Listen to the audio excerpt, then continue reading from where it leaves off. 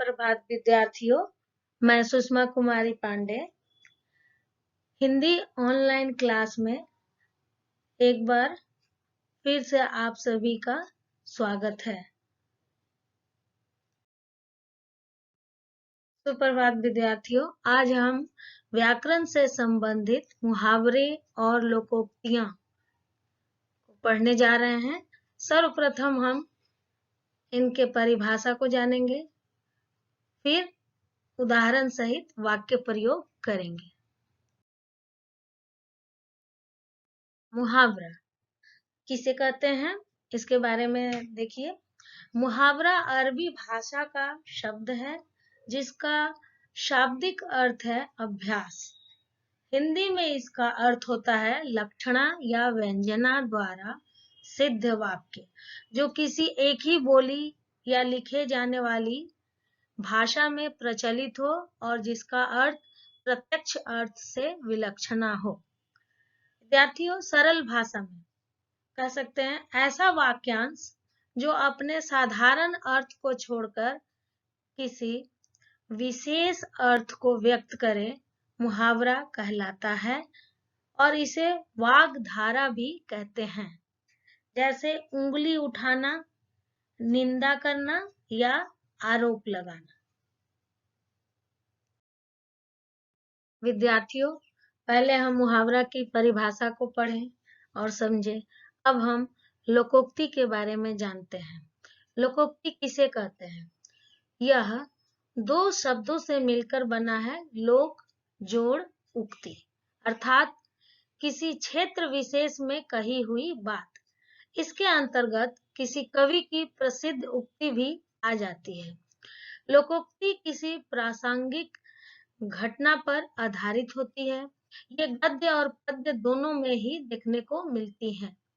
इस प्रकार कह सकते हैं ऐसा वाक्य, कथन या उक्ति जो अपने विशिष्ट अर्थ के आधार पर संक्षेप में ही किसी सच्चाई को प्रकट कर सके, लोकोक्ति अथवा कहावत कही जाती है।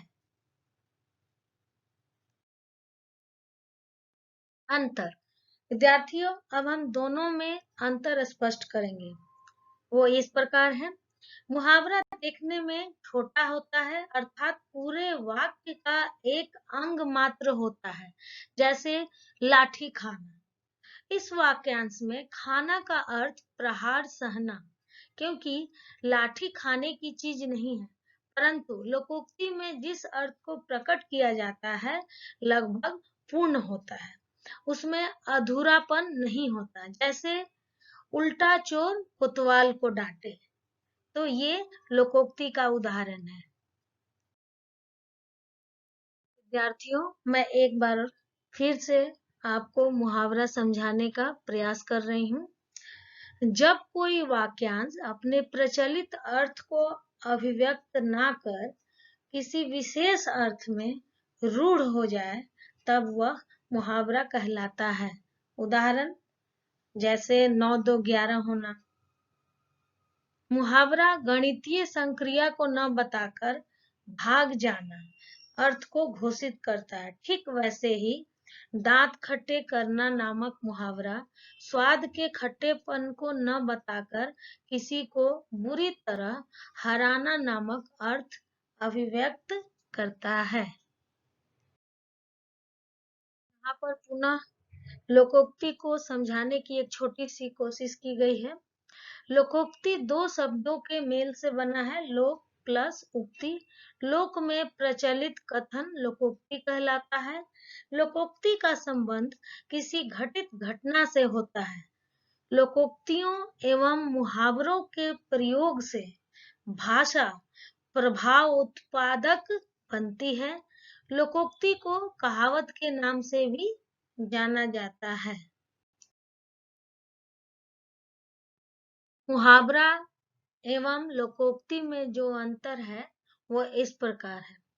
मुहावरा वाक्यांश होता है, जबकि लोकोक्ति अपने आप में पूर्ण होती है। मुहावरे में लिंग, वचन और काल आदि के अनुसार कुछ परिवर्तन आ जाता है, जबकि लोकोक्ति में वाक्य में प्रयुक्त होने पर भी किसी प्रकार का परिवर्तन नहीं आता है।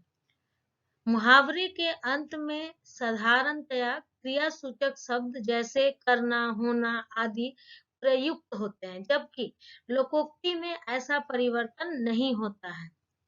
चौथा है, मुहावरे भाषा की लाक्षणिकता को दर्शाते हैं, जबकि लोकोक्तियां समाज के भाषाई इतिहास को अभिव्यक्त करती है।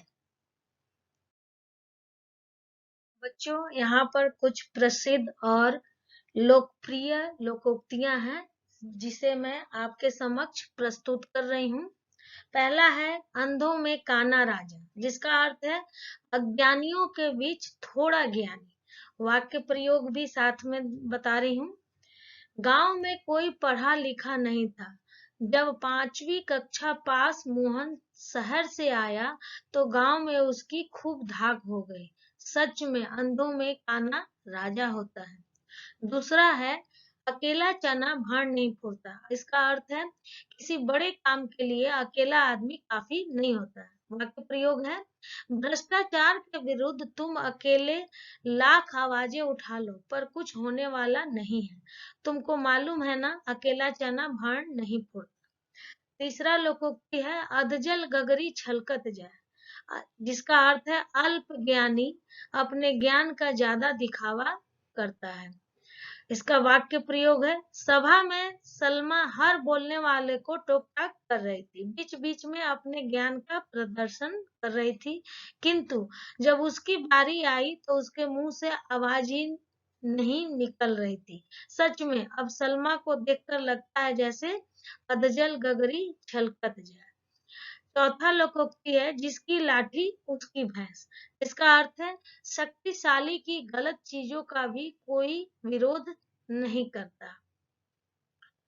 वाक्य प्रयोग है जमींदार ने सबके सामने सार्वजनिक जमीन पर कब्जा कर लिया और किसी की हिम्मत नहीं हुई विरोध करने की। सही कहा है, जिसकी लाठी उसकी भैंस होती है।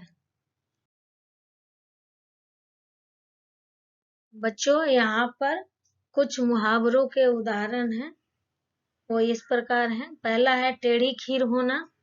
लोक सेवा आयोग की परीक्षा पास करना एक आम इंसान के लिए टेढ़ी खीर है। दूसरा है चैन की बंसी बजाना, जिसका अर्थ है चिंता मुक्त जीवन बिताना। वाक्य प्रयोग है एक बार मैं नौकरी पा जाऊं फिर तो उसके बाद चैन की बंसी बजाना ही है। तीसरा मुहावरा है सिर पर चढ़ना, यानी मनबढ़ या अनुशासनहीन होना। वाक्य प्रयोग इसका ऐसा है अब क्यों पछताते हो, जब बेटे को सिर चढ़ा रहे थे तब तो खूब अच्छा लग रहा था ना। चौथा मुहावरा है पेट में चूहे कूदना, जिसका अर्थ है भूख लगना। वाक्य प्रयोग है मम्मी जल्दी कुछ खाने को दो, पेट में चूहे कूद रहे हैं। बच्चों, एक बार पुनः आप सभी मुहावरे एवं लोकोक्तियों को ध्यान पूर्वक पढ़ेंगे, उसकी परिभाषा को पढ़ेंगे और समझेंगे, और 10 मुहावरे और 10 लोकोक्तियों को अपने अभ्यास पुस्तिका में यानी नोटबुक में लिखकर अभ्यास करेंगे। धन्यवाद विद्यार्थियों, एकाग्रचित्त होकर सुनने एवं समझने के लिए।